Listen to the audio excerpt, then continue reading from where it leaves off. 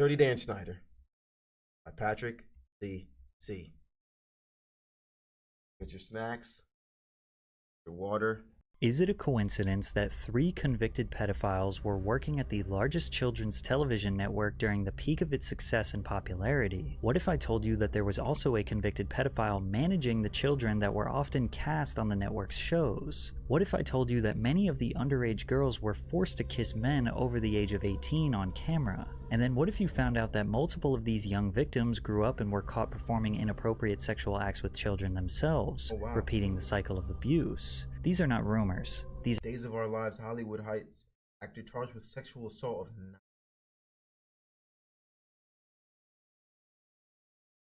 Who the hell that is? I was trying to think of who's Cody Long. They're facts. When you combine these facts with the realization that many of the jokes, physical comedy, outfits, and even random pieces of the set were sexual innuendos, at some Wait, who? How'd you even catch that one?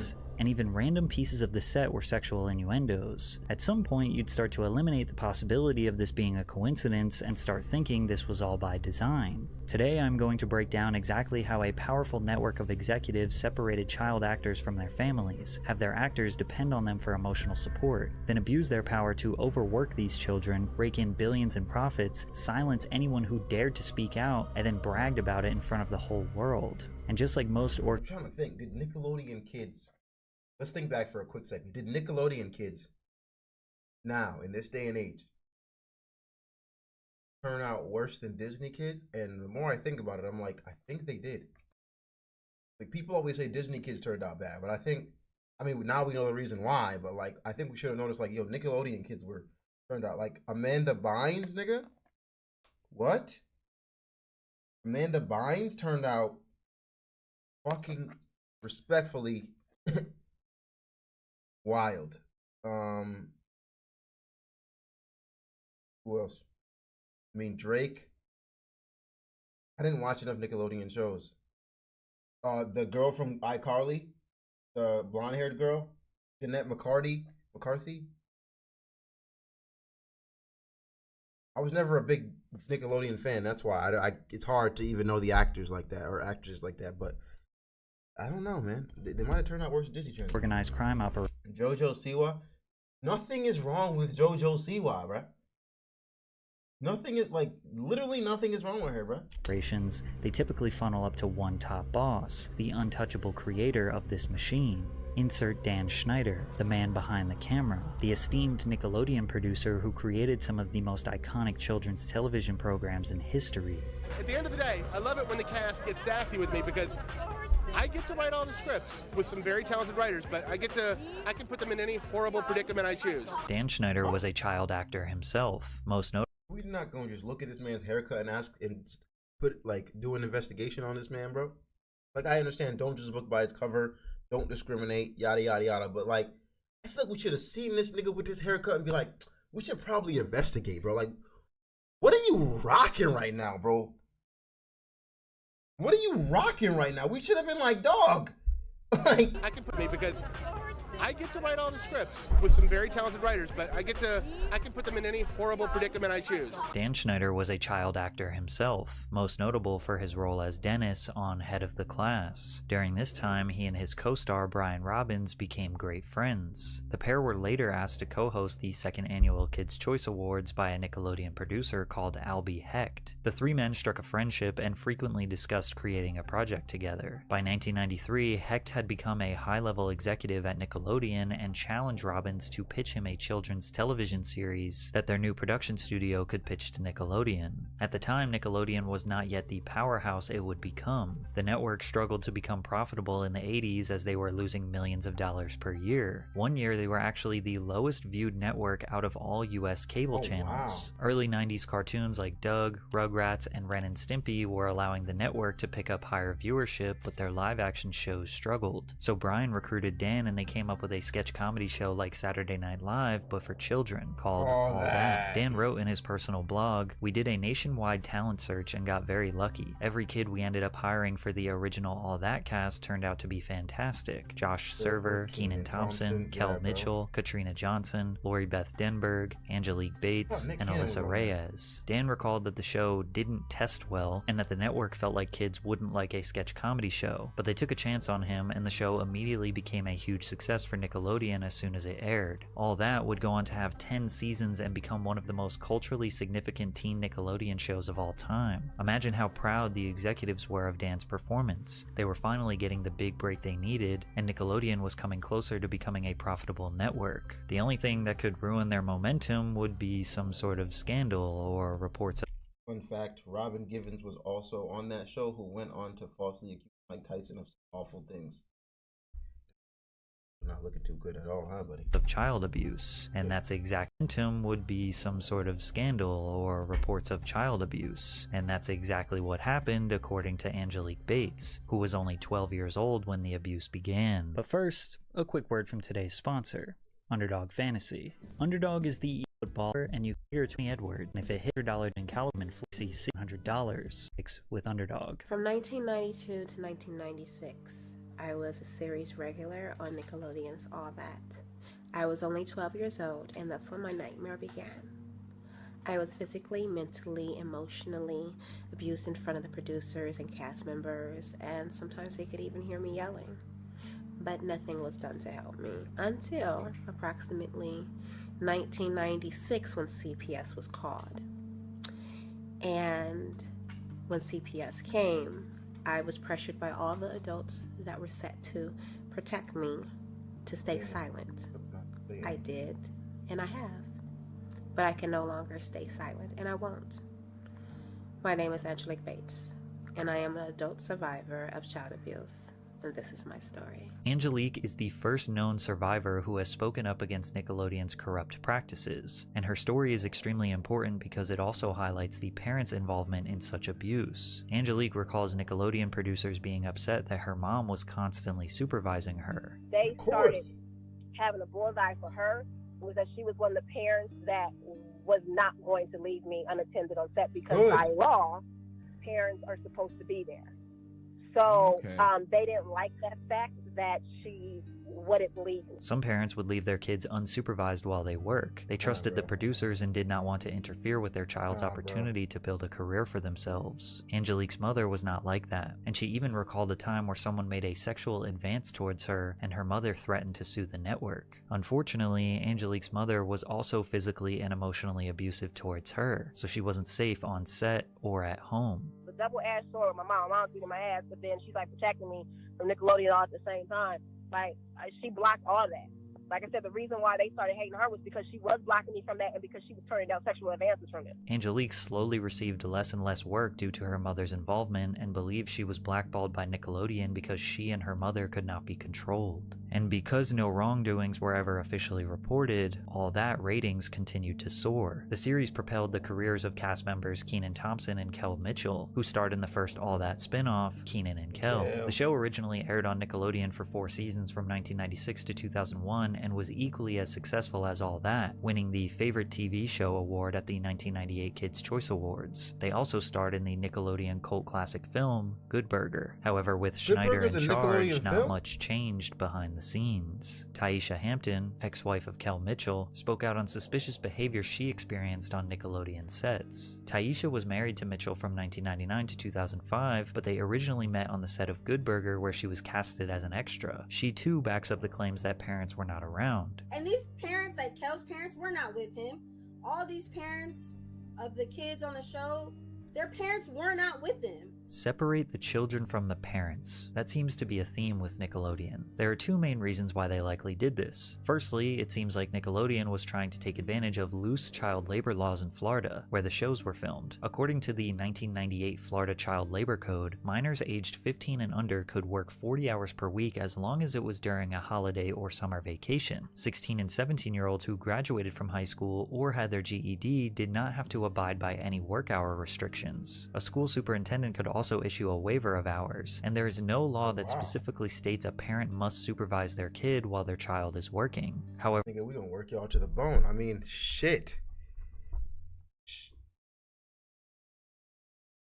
I mean, yeah, I guess. regardless of what the code says, child labor experts say the laws were rarely enforced or penalized when there was a violation. In 1992, Jeffrey Newman of the National Child Labor Committee said that child labor today is at a point where violations are greater than at any point during the 1930s. One report found that the average business could expect to be inspected once every 50 years or so. Damn. Inspectors spend only about 5% of their time looking into child labor problems. Businesses across the entire nation were taking advantage of loose child labor laws in the 90s. Do you think Nickelodeon if you're young, is you any better different? work, bro. Children are more susceptible to exploitation and That's abuse. all we hear, bro. You're young, bro. You better work.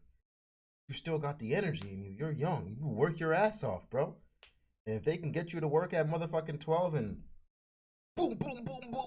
Come on, bro. Work your ass off. You're fine. You'll be all right, nigga. You got a lot of life left in you. In the workplace due to their vulnerability and lack of bargaining power. Think of how easy it would be for a TV producer to torment and gaslight a young actor if they weren't getting their lines right or performing to the producer's standards. But if their parents were there on set witnessing their child get scolded, they might cause a fuss. Producers want as little friction as possible, so it's not crazy to think that they probably cast talent with parents who stay out of their way. But once they do get the parents out of the way, what do they do with the kids? Because we would get into clubs and we were young, like 16, 17 years old. We'd be in clubs. And the people on the set in Florida made us fake IDs. What? And so then I started thinking, I was like, wait, what? And then they were talking about orgies and they were talking about like people on the set would show like pornos and they'd give us alcohol. Those were kids, like young kids on that set. Yeah, these were grown 30-year-old men and women. That's weird. All right. See, I was getting into clubs at 17 isn't like crazy. Getting a fake ID isn't that crazy. But when an adult is giving it to you, that's crazy. Of course, when you're 17, you want to grow up so fucking fast, so you try to buy a fake ID from some random crackhead on the side of the street who says they got it. And you try to sneak into clubs and shit. That's just what the fuck you do. But these supposed responsible adults that are supposed to be watching over you are giving you fake IDs, talk about having orgies, and sending you porno, nigga?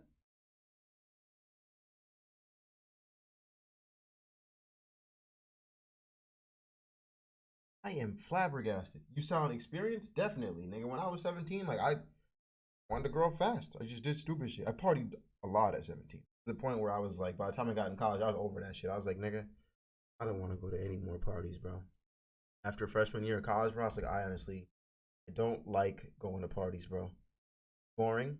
Like, what the fuck are we gonna do? The music is too goddamn loud. I can't even talk to anybody. And if I drink, I don't like waking up with a fucking headache and shit. Cause what's the point of this? Like, what are we doing here? Showing this to the kids.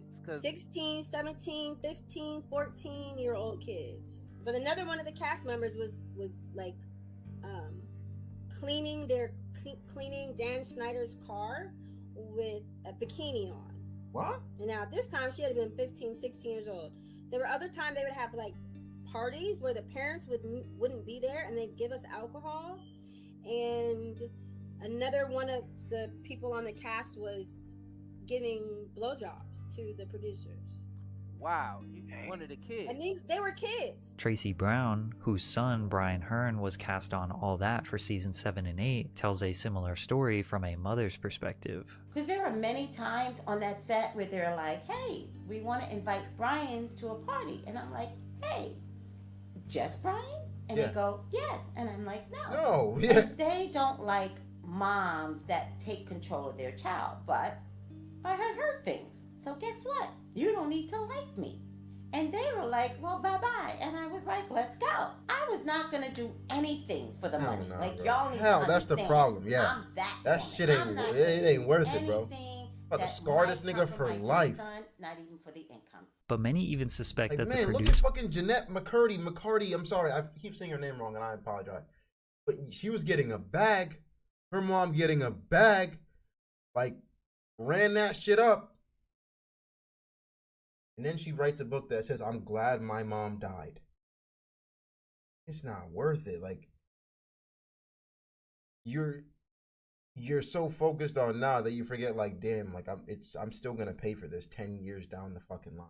Oh my god. Producer's perversion may have been scripted into the shows, starting with Kyra on Kenan and Kel, who was just 12 years old but was always trying to flirt and make sexual advances on the much older Kel. She would refer to him as her boyfriend despite him being obviously uninterested because she is a child. At the same time that Kenan and Kel were huge stars, one All That cast member emerged and became the most iconic Nickelodeon star of all time, Amanda Bynes. At just 10 years old, Amanda stood out amongst her peers and showcased her comedic talents through various characters and sketches. As a preteen, she was maturely confident and comfortable on screen.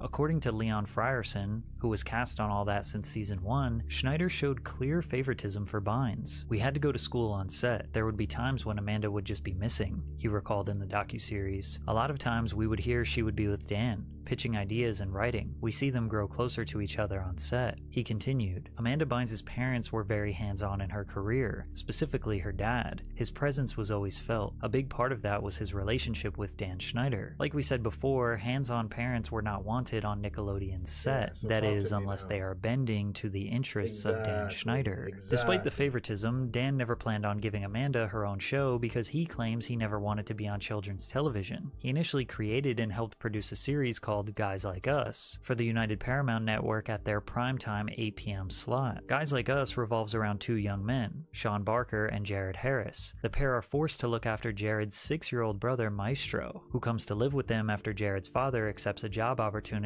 overseas. Why don't you go wash your hands? They're clean. Well, then go wash your feet. Dan's sitcom designed for adults was an utter failure as he was not funny nor creative enough to keep adults entertained. It was canceled after one season due to abysmal ratings, so he shifted his focus to creating a show around Amanda. The Amanda Show was a sketch comedy television program that had a very similar look, feel, and comedic style as All That and Kenan and Kel. Schneider struck gold again. The Amanda Show became the highest rated live-action television program on Nickelodeon during its run. Amanda portrayed various characters that would become iconic, such as Judge Trudy, Crazy Courtney, and Amanda's obsessive fan, Penelope Taint. My name is Penelope Taint. I'm Amanda's #1 fan, please. And it took us 20 years to realize that her last name was a sexual innuendo. People also think that her catchphrase, Amanda, her last name, I'm Amanda's #1 fan, please. And it took us 20 years to realize that her last name was a sexual innuendo. People also think that her catchphrase, Amanda, like, tainted, like, you can calm down.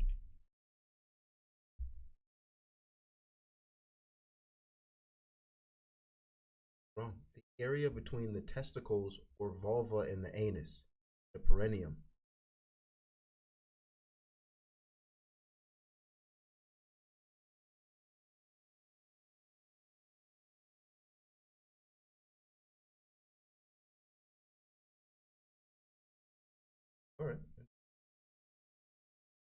Please name was a sexual innuendo. People also think that her catchphrase, Amanda Please, was built off the phrase, a man to please, which would be such a deep, detailed level of innuendo that it's kind of hard to believe. However, as this video goes on, it just seems more and more possible. People today also believe that her sketch called Amanda's Jacuzzi may have been inappropriate since the whole concept was her as a 13-year-old interviewing mostly grown men in a hot tub. And of course, another foot joke. Is it also true that you can put both of your feet inside your mouth at the same time?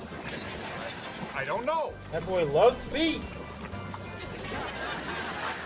No. Even Dan decided to jump in the jacuzzi with Amanda. Hi, welcome to my jacuzzi. Today my special guest is the executive producer of The Amanda Show, Dan Schneider. Hi. Now, you're the executive producer of the show. Yes, I'm the executive producer and the head writer.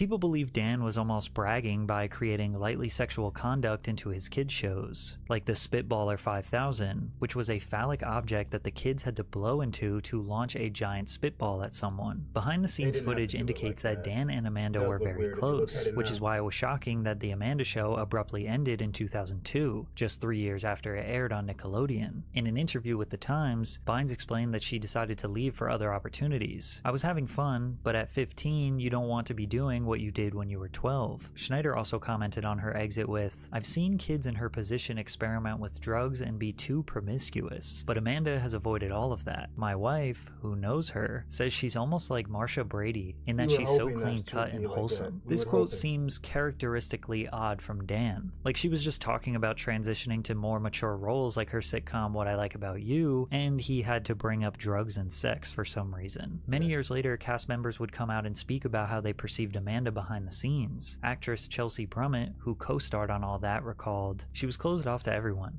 You'd ask her a question and she'd give you a quick answer to end the conversation. She was always defiant with her dad, but she tried to hide things from her dad. She always seemed like she was trying to hide things. They would butt heads." This recountment does line up with the timeline of 2003, where Amanda sought to be emancipated from her parents at just 17 years old. In June of 2003, Amanda's agent, manager, and lawyer were all abruptly fired by her parents. The young star, now 17, was seeking legal emancipation from her parents, who were furious when they discovered that the reps had concealed this fact from them. Unfortunately, Amanda was not able to successfully get emancipated. During this rough patch in her life, Bynes reportedly leaned on Schneider and his wife, Lisa Lillian, for support. "She was spending a lot of time with us," said Lillian, "but she never left her family's house." This direct quote from Dan's wife is strong evidence that Dan and Amanda were close off set. Amanda has spoken out very strongly against her father and maybe at the time looked at Schneider as a replacement father figure. Dan also recently recounted a night where Amanda ran away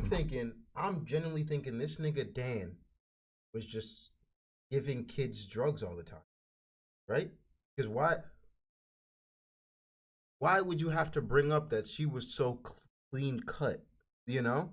And like, I'm thinking that it really goes bad when she's having a huge fallout with her dad, right? And then she's leaning on him and he's like, "Yeah, take some of this, do this, big boy. Appreciate you for the membership, boss." That's really what's going through my head right now. I could not be connecting the dots correctly, but that's what's going through my head.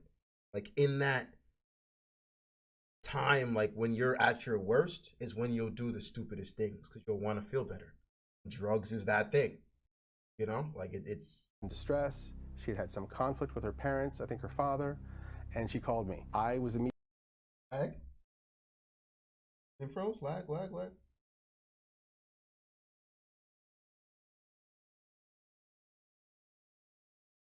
Screen freezing crazy. What's going on?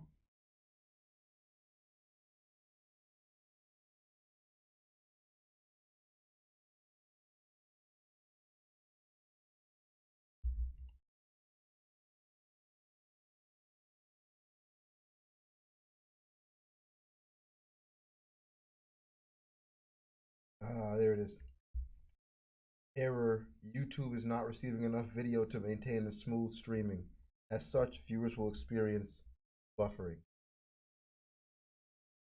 What the hell do you mean? You okay? Lagging and sagging is crazy. Like really bad? Like it's good now? Let me know when it's back to normal. It's worse for me in Australia. I'm keeping it a buck with you. We never cared about Australians, bro. So I don't know what to tell you. Just kidding. I'm just playing, nigga. Australia never gets any love, bro. I don't know. I mean, you deserve it, but all right.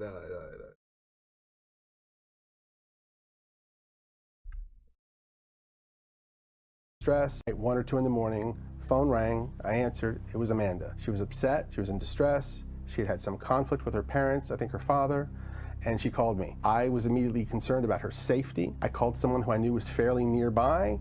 That person was able to go and pick her up. Then I knew she was safe. I felt better. She ended up being taken to the police. As much as people blame Dan for the downfall of Amanda's career, or claim that he had suspicious involvement that's deeper and more inappropriate, throughout Amanda's whole life and numerous public spirals, she never blamed or accused Dan Schneider of anything. All of her anger and horrible accusations were towards her biological father. However, the cloud of mystery and potentially inappropriate behavior surrounding Amanda, as well as her obviously broken family life, seemed to be a common gray area Dan found himself in with his stars. Over the years, some of the most prominent stars like Jamie Lynn Spears, Jeanette McCurdy, and Ariana Grande all had absent fathers. On one hand, you can blame the parents. On another, you could look at Dan as a predatory opportunist. Or maybe it's a little bit of both. But there was a real convicted predator who worked underneath Dan Schneider. Jason Handy, a production assistant who worked on All That and The Amanda Show, exchanged email addresses and phone numbers with parents and kids who thought he was a friendly and helpful presence on set. You thought, oh, I could be friends with this person, said MJ, the mother of a former actress on The Amanda Show, who was identified as Brandy. The mother was mortified when she saw her 11-year-old daughter looking at a graphic email from Handy. It was a picture of him naked, masturbating. And he said he had sent it to her because he wanted her to see that he was thinking of her. Her daughter left the entertainment industry after that email. Handy was arrested in April of 2003 after law enforcement received a tip about him. When the police investigated his home, That makes me sick. I just got a drop in my stomach. I'm just... They found over after law enforcement received a tip about him. When the police investigated his home, they found over 1,700 images of young girls in erotic poses, as well as 7 videos on CD files of children engaged in sexually explicit conduct. In Handy's personal diary, he wrote sentences like, "I am a pedophile full-blown." He added, "I have really been giving into my desire for little girls these past few weeks." And then he detailed his day-to-day struggle on how he could find a victim that he could sexually assault. In 2004, Handy was sentenced to 6 years in prison after being convicted on 2 felony counts, one of lewd acts on a child and one of distributing sexually explicit material by email, as well as on a misdemeanor charge related to sexual exploitation of a child. After that diary, that's it? Did we not just read the same diary? That's it?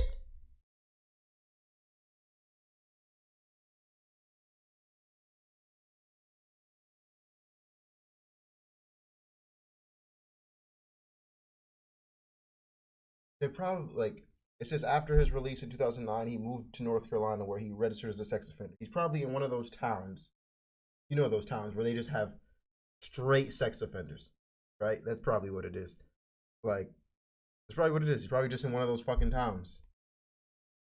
Many of you are probably thinking 6 years is not enough, and surprise, surprise, he got out and in 2014 committed 2 other felony sex offender violations with a child. Allegedly, Handy's case prompted Nickelodeon to toughen its background checks for all employees, trying to prevent this from happening again. Yet somehow, this was not even close to the last time a pedophile would infiltrate Nickelodeon's network. Actor Drake Bell formed a bond with the dialogue coach Brian Peck during the 2nd season of The Amanda Show. Peck, who has no relation to Drake's co-star Josh Peck, would invite Drake to his house for acting lessons. These lessons were supervised by Drake's father, Joe, who was told that Brian Peck was a skilled coach who would help Drake secure more acting opportunities. However, over time, Joe became uncomfortable with their relationship. And unfortunately, I started seeing Brian start to just hang around Drake too much. And it didn't set well with me. Drake would be in the dressing room or something, and in would pop Brian. And just touch Drake. You know, do things that, wait a second, what are you doing? Drake can put that on himself. And the thing is, this is in front of people. Joe expressed his concerns with production personnel and said he was uncomfortable with Brian, only to be called homophobic because of Brian's sexual orientation. Therefore, Joe backed up. I don't give a fuck about your orientation. Do not touch my fucking kid. What does your sexual orientation have to do with you being touchy-feely, nigga? What the fuck? I'd have been like, shut the fuck up. What are you talking about right now? Do not touch my son. He backed off. I'm like, I don't care what your orientation is, buddy. Don't touch my son. What What? Off. Once this got back to Brian, he manipulated Drake into severing ties with his father/manager, suggesting that Joe was sabotaging Drake's career. Peck subsequently integrated himself into multiple areas of Bell's life and became a father figure for the young actor. Eventually, Peck convinces Drake's mother to let him stay at his house during auditions. These predators entice the children with fame and fortune, convince them that their parents are trying to hold them back, then totally isolate them and do who knows what behind closed doors. That looked like fucking Leonardo DiCaprio for a second, right? Trying to hold them back, then totally isolate them and do who knows what behind closed doors. It's likely that all the kids who made it out unscathed were because of parents who stepped in and removed their child from the situation before it was too late. However, the more popular the actor was, such as Drake Bell, the more difficult it became to remove them from the industry. Sadly, with Brian Peck and Drake Bell, we do know what happened behind closed doors. When Drake slept on Brian's couch, the sexual assault began. I was sleeping on the couch where I would usually sleep, and I woke up to him. I just opened my eyes, I woke up, and he was sexually assaulting me. Why don't you think of the worst stuff that someone can do to somebody as a sexual assault, and that'll answer your question. Drake wouldn't tell anyone for several months. The abuse persisted until Drake began spending more time at a girlfriend's house. One day, when he was supposed to meet with Brian, Drake said he did not want to hang out. Brian then started calling his phone nonstop. When Drake failed to answer, Brian obsessively started calling his girlfriend's house, which is when the girlfriend's mother suspected something was wrong and took Drake to her family therapist. He later detailed the abuse to his own mother, who called the police. I had to be excruciatingly detailed about every single thing and time that it had happened with two absolute strangers. The worst part was I had to make a phone call to Brian and get him to admit to what he'd done. The police monitored a wired phone call with Brian, who broke into a full-on confession that led to his arrest. The investigation was conducted privately, and Bell remained unidentified to the public for several years due to his age at that time. Drake did tell Dan Schneider about this situation right before the trial. And when Drake and I talked and he told me what had happened, I was more devastated by that than anything that ever happened to me in my career thus far. And I told him, I'm here for you. What do you need? But Drake's mom, a lovely woman who I stay in contact with this day, she came to me at the time and she said, Dan, I'm not good with words like you are. And would you help me with my speech for the judge? And I said, of course. And I did. During Brian Peck's trial, numerous prominent figures in the entertainment industry wrote letters of support vouching for his character, including James Marsden, Taran Killam, Growing Pains star Alan Thicke, Boy Meets World actors Will Friedle and Ryder Strong, among others. Some of these figures, including Friedle and Strong, have since expressed their regret over writing the letters and stated that they were manipulated by Peck's misinformation. Brian Peck was convicted of child molestation in 2004, pleading no contest to a charge of oral copulation with a minor under 16 and a charge of performing a lewd act with a 14 or 15-year-old. He spent only 16 months in prison and was mandated to register as a sex offender. And if you are surprised at that abysmally low sentencing, Peck got out and secured a job working for Disney's The Sweet Life of Zack and Cody in 2006.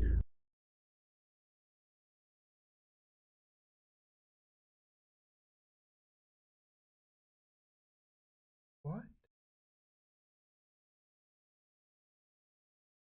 What? What the fuck do you mean? Not my Zack and Cody. Not my fucking Zack and Cody. No. No. No. No, no, not my Zacky Wacky. How? The last guy getting out makes sense.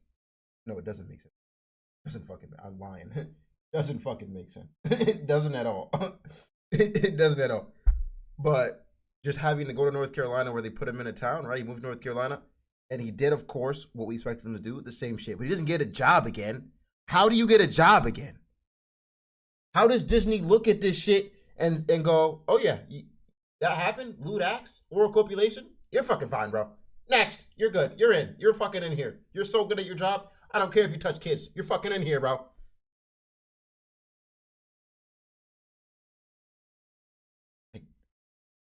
Man, Hollywood is as scary as they say, clearly. Clearly, like you only hear the stories from the outside. Can't really like formulate them because like you don't know. Like you're not there. You're not witnessing it. The more evidence you see, you're like, nigga. Zach and Cody was a banger, bro. An absolute heater, bro. Heater. Zach and Cody was a one of one. That was a one of one, bro. Even on deck. Even Sweet Life on deck was a one of one. Where he voiced London Tipton's talking mirror for 3 episodes, the Disney Channel hired a registered sex offender. Despite these horrible circumstances, Drake remained in the industry and would go on to star alongside Josh Peck. No. The Disney Channel didn't just hire a registered sex offender. The Disney Channel hired a registered sex offender to work on a show with kids. You can't forget that, bro. You can't forget that. Talking mirror for 3 episodes. And Cody in 2006, where he voiced London Tipton's talking mirror for 3 episodes. The Disney Channel hired a registered sex offender. Despite these horrible circumstances, Drake remained in the industry and would go on to star alongside Josh Peck in their legendary buddy comedy, Drake and Josh, which again caused the network's ratings to explode to new heights. The series premiere was watched by 3.2 million viewers, the network's highest rated series premiere in nearly 10 years. Drake and Josh episodes regularly saw viewership upwards of 5, 6, 7 million. As of 2000, one of the only hits on Nickelodeon. I'm not even gonna cap. Drake and Josh was one of them ones. I wasn't a big fan of Nickelodeon, so I'm saying this now. That was actually a good show. Drake and Josh, iCarly, they were great shows, bro. They actually were. In 2006, the show ranked consistently among the 10 most watched cable shows across all of television. And you could just add Zoe 101 to the list of Dan's dominant programs, which saw an average of 3 million viewers per episode. It was on the set of Zoe 101 where even more photos emerged of Dan getting a little too comfortable with the cast, particularly Erin Sanders, who was merely a child being held and coddled on Dan's lap. You can also see this photo where Dan's hand is resting on the child's lower back. Zoe 101 also had 34 different kissing scenes across its 4 seasons. While this may not seem that strange for a teen drama show, it did often lead to underage female actresses kissing over 18-year-old males. Brando Eaton was 20 years old and Victoria Justice was 14. Victoria at this time also had to kiss Jaron Vosberg, who was 18. And get this, 12-year-old Jamie Lynn Spears had to kiss 22-year-old Justin Timberlake on the set of All That, and Justin dated Britney Spears, which is Jamie's sister, 3 years earlier. Also, this Zoe 101 scene resurfaced recently, and many believe it to be a sexual innuendo. Spears' co-star, Alexa Nicolas, recalled Dan making a crew member squirt the syringe of goo at Spears over and over again. It's also important to remember that all of the information that you now know from this video was totally unknown by the public at the time. All the allegations and predatory behavior was all silenced before they could ever reach headlines. Barely any media outlets were reporting on why pedophiles were allowed to work on set. Survivors were scared to speak their truth, and even if they wanted to, they would have to go through a publicist or rely on a potentially corrupt media outlet to tell their story. That's what I'm saying, bro. Back then, you could, like, that's one of the good things about social media nowadays, bro. You don't have to go through a media outlet. No one can skew your words anymore, bro. You can get on that and say exactly as you need to say without someone trying to silence you or quiet you down, bro. That is a positive effect of social media, bro. A positive effect. The right way. Through a publicist or rely on a potentially corrupt media outlet to tell their story the right way. All anyone saw was the final product on television, so we assumed everything was consensual and safe and approved by people who had the best interests of the children in mind. Even if the network was suspicious of Dan and his production staff, which they weren't, they were going to do anything and everything to protect his reputation because Nickelodeon was red hot. At this point, they had been the #1 network in viewers aged 2 to 11 for over a decade. They were raking in millions of viewers and billions of dollars. Dan had more power than ever and was about to unleash all of his sick fantasies through iCarly. The basic premise of iCarly was that Carly Shay, played by previous Drake, kill this show for me right now, bro. They're gonna kill a fucking classic for me right now. They're gonna kill a classic, nigga. They're gonna kill a classic, bro. This is what made most YouTubers want to become YouTubers, bro. I swear, I don't care what they say. This was the one. Saw fucking iCarly, you're like, I want to be just like her. I want to be just like iCarly. Like, don't do this to me, bruh. And Josh co-star Miranda Cosgrove and her friends Sam and Freddie, played by Jeanette McCurdy and Nathan Kress, produce a web show from Carly's older brother's apartment. The show resonated with the real-world rise of online content creation and the growing influence of social media platforms like YouTube during the 2000s. The show within a show encouraged fan interaction by incorporating segments that invited viewers to participate in the show's interactive elements. Additionally, the characters often responded to fan mail and viewer submissions on their web show, further blurring the lines between fiction and reality. Like, take a look at this time they called a 12-year-old fan. Do you have any questions for Sydney? I follow your Twitter. How old are you? I'm 12. No way, I just turned 16. You're 12? Yes. I'm like a little over double that. Yeah, Jerry's all old. So what do you like about iCarly? I love it. It's really funny. Anything else you want to know about iCarly or any questions or anything? No. No, you're all set? Nope. Thank you. I know what I know. Would you like us to get on a plane and come to your house? Yes. Oh, well, that's not going to happen. Oh, okay. Okay. Yes. Dan himself often communicated directly with fans on his blog, danwarp.blogspot.com, where he gave behind-the-scenes information and did Q&As. He also started giving tons of behind-the-scenes clips to his Dan Warp YouTube channel, giving us insight on the cast's uncomfortability around him. What? It wouldn't be a video from iCarly if I didn't do this to you. I don't know. Oh, yeah. What are you doing? I don't know. What's going on? What are you wearing today? Who did your outfit?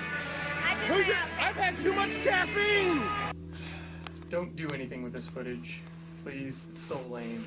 Did you know that the average adult American male has 18 hairs on each of his toes? This is what happens when it gets late. Yeah, seriously.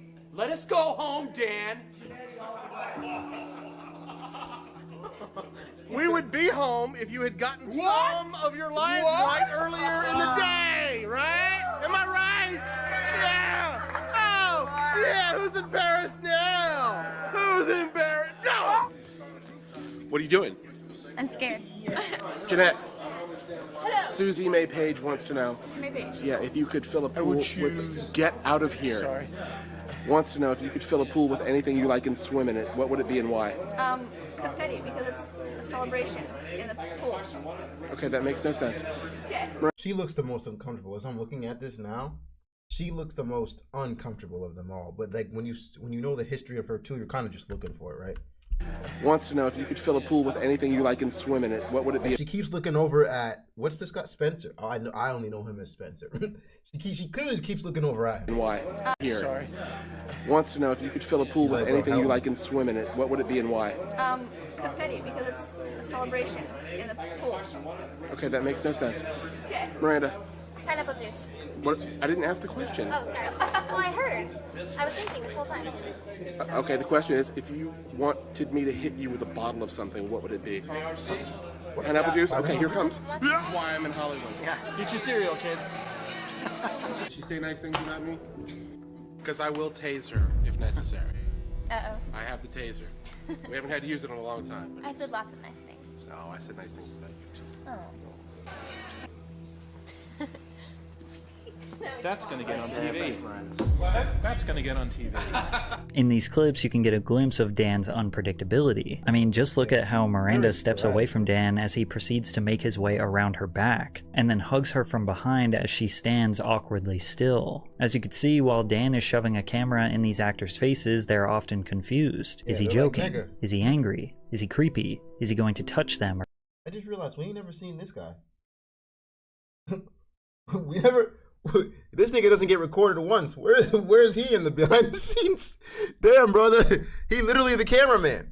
He literally the cameraman on the show and off the show. He's not getting put on the fucking... They're often confused. Is he joking? Is he angry? Is he creepy? Is he going to touch them or grab them? They look extremely uncertain around him as he talks to them like a classic jester. But iCarly was a massive success for the network throughout its 6 seasons from 2007 to 2012. The pilot episode debuted on Nickelodeon to an audience of 4.1 million, followed by the second episode on the same day with 3.9 million viewers. The show was nominated for an Emmy Award for Outstanding Children's Program 5 times, and averaged 4.6 million viewers throughout its time on Nickelodeon. Somehow, Dan managed to outdo Drake and Josh. But looking back on the show, many of the jokes and innuendos were more blatant than we remember. How long? 3.2 seconds. Yeah! That's the longest it's ever taken you to beat me. Or how about the sack, which was Dan making fun of the Snuggie? You're just sitting on your couch, trying to polish your bowling ball, but your blanket keeps flying off your body. Oh, my blanket keeps flying off my body. Like, are we reading into it too much, or is polishing your ball while advertising the sack not strategic? They mentioned that the sack comes in 4 different colors. The sack comes in rash red, mucus green, pus yellow, or blue. His shows are always displaying or blue. I was like, maybe you're reaching until you did this. Sack comes in 4 different colors. The sack comes in rash red, mucus green, pus yellow, or blue. Think about it, or blue, right? Because he's already assuming you know what blue balls is. Wow. I never caught that. Don't even remember this episode, actually. His shows are always displaying close-ups of feet and putting cast members in predicaments where they have to touch each other's feet. Nobody thinks feet are this funny, especially not for them to be such a recurring bit in a television show. Many have pointed out that the Nickelodeon logo at one point was a foot, suggesting that Dan's influence was so strong he got them to change their logo momentarily to his fetish. I even found something on his blog that was particularly interesting. He had a segment called Fun Facts on his blog where he would go through an iCarly script and talk about tiny little details and why they matter. Like this one where he refers to Sam's necklace and how it's made of the same plastic that the antique radios that he collects are made out of. I mention this because it proves that there are no coincidences with what you see on screen. No matter how small or insignificant it may seem, Dan put it there on purpose. In this same episode, which is called I Date a Bad Boy, Dan says, scenes begin with Carly and Sam cutting a boy's hair. We see the first of 2 penny teas in this 1-hour episode. This one on Sam says, noodle booty. What does noodle booty mean? Why did Dan specifically point out her shirt and want us to know what it says? What does that mean? In another blog post, he specifically points out one of his intentionally inappropriate jokes. One where he wrote a joke where an adult woman sexualizes 17-year-old Nathan Kress. Dan writes, on the first few takes when Jane said her line, hey, those pants fit you real good, she was looking at the front of his pants. I had the director step in quietly and tell her that, because this is for Nickelodeon, we'd prefer she look at the back of his pants on that line. Winky face. I guess Dan thinks that complimenting a young boy's butt is somehow more appropriate. Additionally, take a look at this 2010 blog post where he discusses adults who watch iCarly. He writes, there are around 150 people who work on iCarly, and none of us approach it like we're making a kids show. We make iCarly no differently than if we were writing and producing a primetime half-hour comedy for NBC, CBS, or any one of the major broadcast networks. This statement directly contradicts what he said while addressing. It's like, the problem I'm having here, right? Is like, we all know that in kids shows there's a lot of like sexual innuendo. We know that, but they're usually cartoons, so it's not that deep. Like, they're cartoons. You're not thinking that deep when it's about a cartoon character. But when you have real kids on the show, right? And these cartoons are also grown-up people. When you have real kids on the show,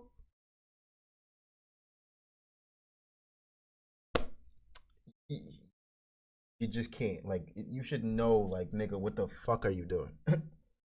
what the fuck are you doing? What the actual shit are you doing?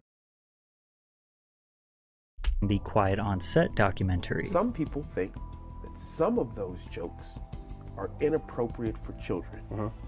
What do you think of that? Every one of those jokes was written for a kid audience because kids thought they were funny. And only funny. So Dan, are the jokes for adults, like you said 10 years ago on your blog, or are they for kids, like you just said recently when the pressure is at an all-time high? It was also during iCarly when 47-year-old Martin Weiss, who managed dozens of child actors, was formally charged with sexually abusing a former client. The victim told police that he had sex with Weiss 30 to 40 times about 6 years ago, and the abuse ended when he turned 15 years old. But Weiss denied that it was rape because the 15-year-old boy showed interest. But the boy said that Martin convinced him that this was common in the industry and denying him would ruin his career. Yet again, a pedophile infiltrated Nickelodeon, and nothing changed. Still, Dan was absolutely dominating. He likely had unimaginable power at the network. Whatever he said goes, but he may have gotten a little too comfortable, maybe even cocky, because his next two shows, Victorious and Sam and Cat, would start to get him in a lot of trouble. Schneider was challenged with writing a competitor to Disney Channel's Hannah Montana. Zoe 101 had recently ended, and Dan knew that featured actress Victoria Justice had star power. If there is anything I've learned about kids today, and I'm not saying this is good or bad, it's that they all want to be stars. This direct quote from Dan potentially backs up accusations that he uses these teenagers' desires for stardom to manipulate them. Ironically, the plot of Victorious is about a girl who attends a performing arts school and aspires to be a famous singer. In 2010, iCarly and Victorious were the top school and aspires Victorious was actually a bop as well. Forgot who she was. Banger of a motherfreaking actress still to this day. Banger as well in the show. I'm not. What happened to her these days? I haven't seen her. I think she's getting shot in a new show. Banger. Obviously, Ariana Grande turned out to be fucking the Selena Gomez of Nickelodeon. We all know what the fuck happened to her, but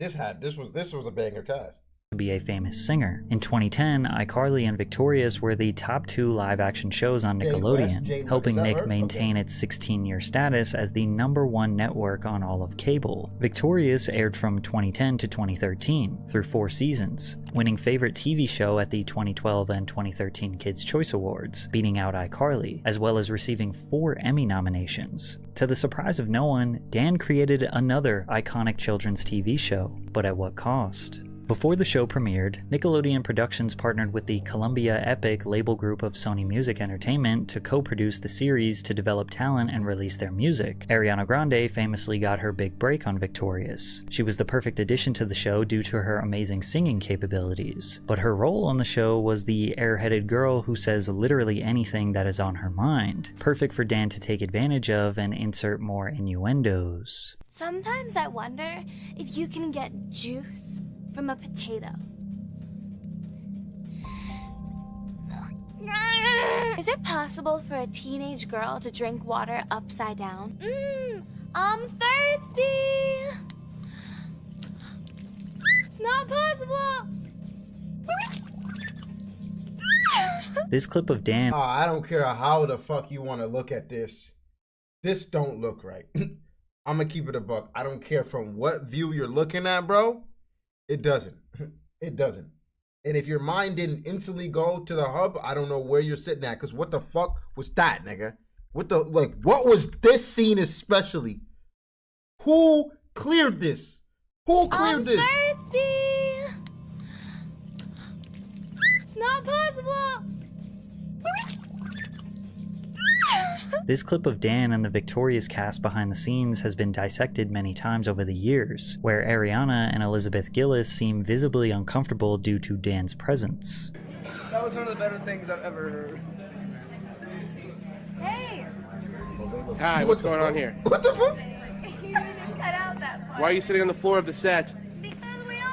Ariana is constantly looking around, covering up her body as Dan towered over her. Many in the comments speculate that Liz started causing distractions so that Dan wouldn't do whatever they seemed to be afraid of. However, Liz Gillis actually ended up marrying a Nickelodeon producer that she met on the set of Victorious. Michael Corcoran is a very close friend to Dan Schneider. He wrote the theme songs for iCarly and Victorious. Liz and Michael began dating in 2012 when she was 18 and he was 40. They did meet on set before she was 18, which leads many to believe that she was groomed, but they are still together to this day. According to Jeanette McCurdy, Schneider regularly compared the iCarly cast to that of Victorious. The Victorious kids get drunk together all the time. The iCarly kids are so wholesome. We need to give you guys a little edge, Schneider said, according to McCurdy. Now, supplying minors with alcohol is a major accusation. There is definitely a lot of online evidence showing that the Victorious cast were very close, often mingling and hanging out after hours. But whether or not they are drunk is impossible to determine. However, the actor who portrayed Beck on Victorious may have confirmed McCurdy's statements on a TikTok that read, "When you don't remember the plotline to a single Victorious episode, but you remember going out partying every night."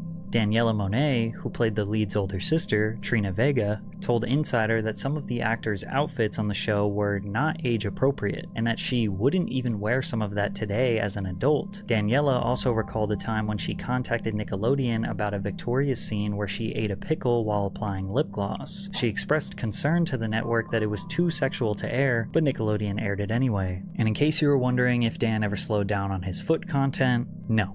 He actually ramped it up. There we go. I remember this. Spread your toes, girl. I still say this is not performing. How about two girls fighting over a guy's foot while he sings a song? Wow, they're really soft. Nurses, feel these kids' feet. But it was around 2012 and... Alright, bro, yeah. If you look at it from the scope we're looking at it now, that shit not sounding right. If you look at it from the scope we're looking at now, that shit not sounding right at all, bro.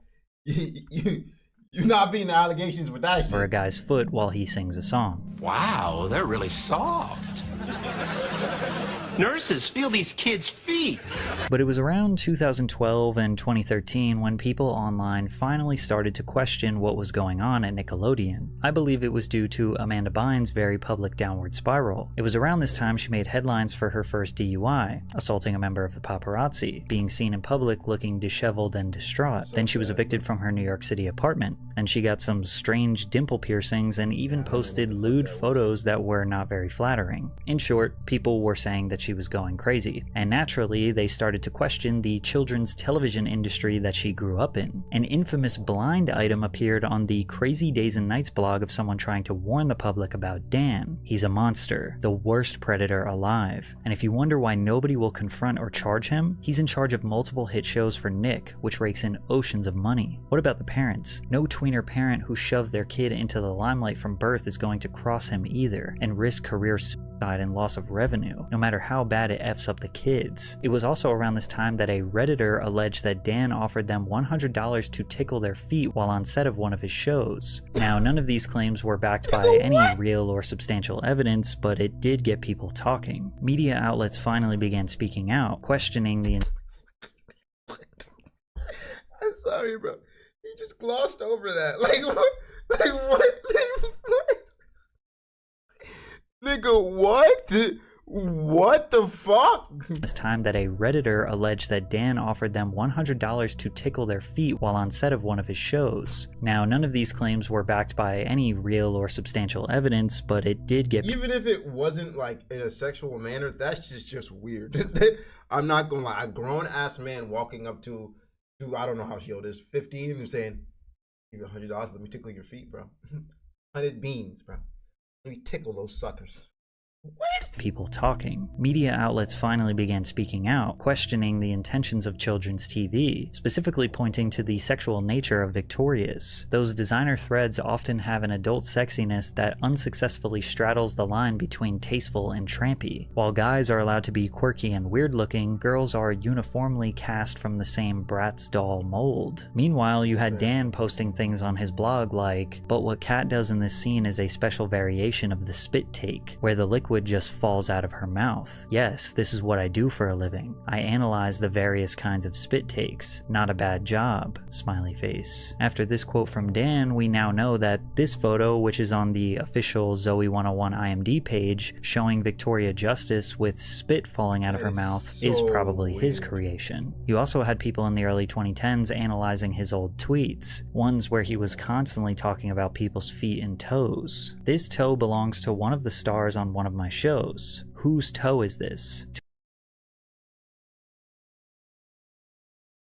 I hear this nigga say, talk about toes one more motherfucking time. To which he later tweeted, "The toe belongs to the sweet and hilariously talented Miss Jeanette McCurdy. Sam and Cat tomorrow. Right on the bottom of your foot, take a pic and use hashtag Sam and Cat Saturday. We will retweet and follow until our fingers get sore." I also found this extremely old Pepsi commercial Dan starred in the late 80s, which potentially features an innuendo with the lotion shot splattering on the guy's chest. Then the focus of the entire commercial being on his feet not wanting to touch the sand because it's hot. And of course, there's females in the background in their bikinis. Dan was unaware of the digital renaissance aiming to take him down, and he was as reckless as ever. iCarly was officially over, and Victorious was scheduled to end a few months later. Schneider decided to hit two birds with one stone and make a dual spin-off. I'm just reminiscing right now. These were shows, and I just can't look at them as ever. iCarly and absolutely. Of course, Victorious doesn't beat iCarly, but still, like, both classics. For both shows. He took a fan favorite from iCarly in Sam Puckett and a fan favorite from Victorious in Cat Valentine, and created a teen sitcom titled Sam and Cat. The premise of the show revolved around the unlikely friendship of Sam and Cat, who meet and become roommates in Los Angeles while starting their own babysitting business to make ends meet, which is basically the same plot as his failed primetime sitcom from the 90s. The pilot debuted on Nickelodeon to 4.2 million viewers and was surprisingly popular despite being a spin-off that was clearly inferior to its original shows. However, Sam and Cat only lasted one season and was cancelled following controversy behind the scenes. Firstly, Jeanette McCurdy posted this strange Vine. Hey Dan Schneider, I know you're watching my Vine. Do you like my Vine? Vine. Look what you've done to me. Considering she would speak out against him 10 years later, we now know this was not our imagination. He was really making her crazy. In her 2022 memoir, I'm Glad My Mom Died, McCurdy detailed her childhood and how her mother, Deborah, forced her to become a child actor. Schneider was also mentioned in the memoir solely as the creator, who McCurdy claimed created an unsafe work environment, frequently subjecting the cast and crew to emotional abuse. When Jeanette turned 18 and iCarly was coming to an end, the creator allegedly dangled the opportunity for Jeanette to have her own spin-off. She wrote that the creator took her out to dinner, where he encouraged her to try alcohol for the first time and gave her a shoulder massage. The creator is doing that thing that I've heard from my co-stars he does with every new star of a show. Offered $300,000 by Nickelodeon to keep it all quiet. That he's making. He takes you under his wing. You're his favorite. Additionally, there was a feud between Ariana and Jeanette brewing behind the scenes. On Jeanette's podcast, she discussed her time on Sam and Cat, revealing that she was jealous of Ariana Grande because executives allowed her the opportunity to pursue other business ventures while restricting McCurdy's career advancement. Every time something exciting happens to her, I feel like she robbed me of having that experience myself. And every time someone calls me a good sport, all I feel is how much I don't want to be one. Ariana misses work in pursuit of her music career while I act with a box. I'm pissed about it, and I'm pissed at her, jealous of her. In case you're wondering, one episode of Sam and Cat was based around Cat getting trapped in a box, and Sam spent the whole episode trying to get her out. The writers had to come up with an episode without her because Ariana was busy with her music career and couldn't film. This show getting cancelled after one very successful season was likely due to this feud, but I'm sure Dan's behavior towards Jeanette and Ariana made it easy for them to sever ties with Nickelodeon. This basically marks the end of Dan's dominance at the network. He was recognized for his 20 years of work at Nickelodeon with their very first Lifetime Achievement Award in 2014. For the few online that were aware of the rumors surrounding Dan, this award rubbed them the wrong way. Slowly in 2014 and after, we saw more media coverage pointing out inappropriate moments in his shows. But again, the masses, the general public, had no idea what he was doing. And for a few years, people stopped talking about him online, until 2017, when the Harvey Weinstein Me Too movement shook industry predators to their core, and Dan tried to make it out unscathed. In October of 2017, investigative reports by The New York Times and The New Yorker exposed decades of sexual harassment, assault, and misconduct allegations against film producer Harvey Weinstein. This prompted bloggers who knew about Dan's history to discuss him once again. More blind items from the Crazy Days and Nights blog emerged, like this one that suggests Dan, the producer, was sleeping with cast members. A producer who has been featured on this site from almost the very beginning. When she landed the part, the producer never mentioned anything about sleeping with her. All but one of them were underage. She suspected that because she was legal for almost the entire run of the show that he was just not that into her. At some point, he did try and sleep with her and she turned him down. That rejection cost her a bunch of scene reductions. Meanwhile, the producer found someone else to sleep with who was also legal but loved to roleplay super young. She was getting the good lines and scenes. She was being offered crossover opportunities and new shows were being developed for her. And again, this could just be people spreading lies, but now the pressure was on. And Nickelodeon, Dan Schneider, they could feel the heat. Websites like The Revenge of the Sis became fully dedicated to exposing the creepy nature of the Nickelodeon network. Coincidentally, as the pressure was at an all-time high, Nickelodeon cut ties with Dan Schneider in March of 2018 and paid him the $7 million still owed on his contract. They claim this separation was a natural next step, and they are proud of the work he did for Nickelodeon. Deadline Hollywood reported that there had been complaints about Schneider's alleged behavior, including his well-documented temper issues for years. Following reports that Nickelodeon and Schneider parted ways, Dan's Twitter account went quiet. He only rarely made public appearances. He also tried to erase everything on his blog, but we still got that. Nickelodeon Studios even released its reboot of iCarly for the Paramount Plus streaming platform without Schneider. From Dan's exit in 2018 until today, YouTubers, bloggers, previous cast members, and media outlets greatly contributed to informing the public about Dan's ways. Perhaps the most detailed and detrimental article was the 2022 Business Insider. So they knew? That's what it sounds like. That's what it sounds like. Sounds like they knew the whole time, and then we're just kind of letting it slide. But then once the whole Me Too movement popped off, and he kind of finished with Sam and Cat, the timing, I guess, they were like, we can't take any chances anymore. Like, sick. It's sick. Deep Dive, which interviewed 15 of Dan's former co-workers, some of which spoke horrible things and others defended his character. Dan revealing teen costumes, on-set massages, and gender discrimination. cared about the kids on his shows even when sometimes their own families unfortunately did not. Russell Hicks, Nickelodeon's former president of content and production, wrote, "He was the shoulder they cried on when something happened to them. He understood what they were going through." Schneider drew hours away from writing scripts and instead spent time mingling with the stars on his shows, taking them out to dinner and inviting them to his house for holiday parties. It became so frequent that some of Schneider's colleagues questioned the amount of time he spent interacting with young actors. While Dan focused You're a parent of a young actor, and this grown man with absolutely no kids. No kids, bro. I think I heard someone say this. Like, they're like, he has absolutely no kids. None. And you're going to let your kids go to his house to party? Is just crazy. It's just wild. Right? There's a difference between, like, a guy inviting you to his house to party and a guy with kids who was like, come hang out with my kids, right? They can both be just as bad, but it's a little bit more believable if he has kids now. But this nigga, you don't have no kids and you want my kids to come over to your house and play?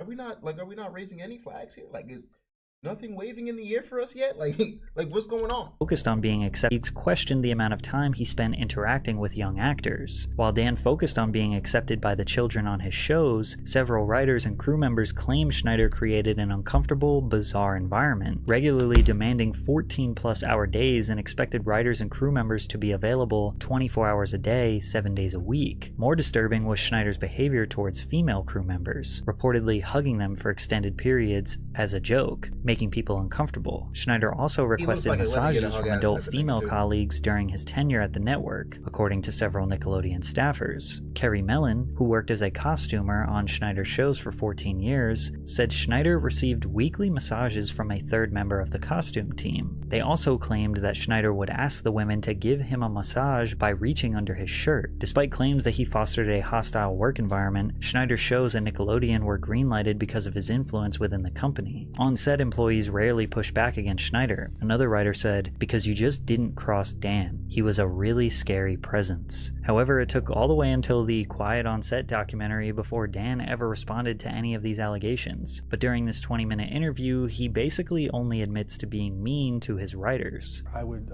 snap at people sometimes. I would be snarky when I could have given them a nicer answer. I would not give people the time that they needed. I would be in too big a hurry to get on to the next thing I had to do.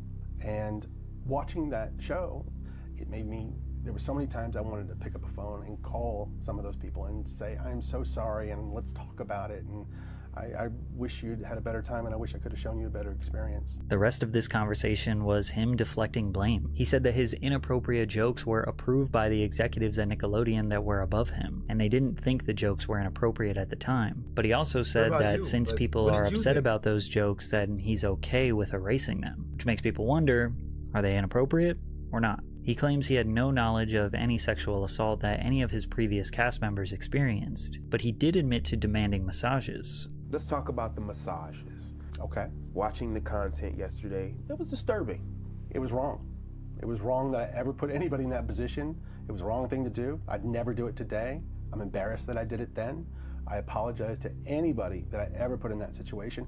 And even additionally, I apologize to the people who were walking around Video Village or wherever they happened, because there were lots of people there who witnessed it who also may have felt uncomfortable. So I owe them an apology as well. Yeah. He 100% wholeheartedly admitted that he forced people to touch him, which is interesting because it becomes very difficult to believe that he would stop there. Perhaps the craziest part about this video is that there's still so much more that I could cover. Some people's entire YouTube channels are dedicated to bringing Dan's dark secrets to light. But I do want to leave off with this message. Just remember that it's easy to think that this is all just entertainment because, well, these allegations feature some of our favorite child stars. Remember that they were real victims that had to suffer. People have gotten so wrapped up and excited about this expose that they're now blaming innocent people for being complicit in these alleged crimes. For example, Zoe 101 star Matthew Underwood was getting death threats for not speaking out against Dan Schneider. So to prove to these people that he is innocent, he voiced 2 different times where he was sexually assaulted as a minor. So now, after hearing many of the allegations, the rumors, the testimonies, the convictions, the confessions surrounding Dan Schneider's time on Nickelodeon, is it all just a coincidence, a conspiracy, or a calculated crime conglomerate?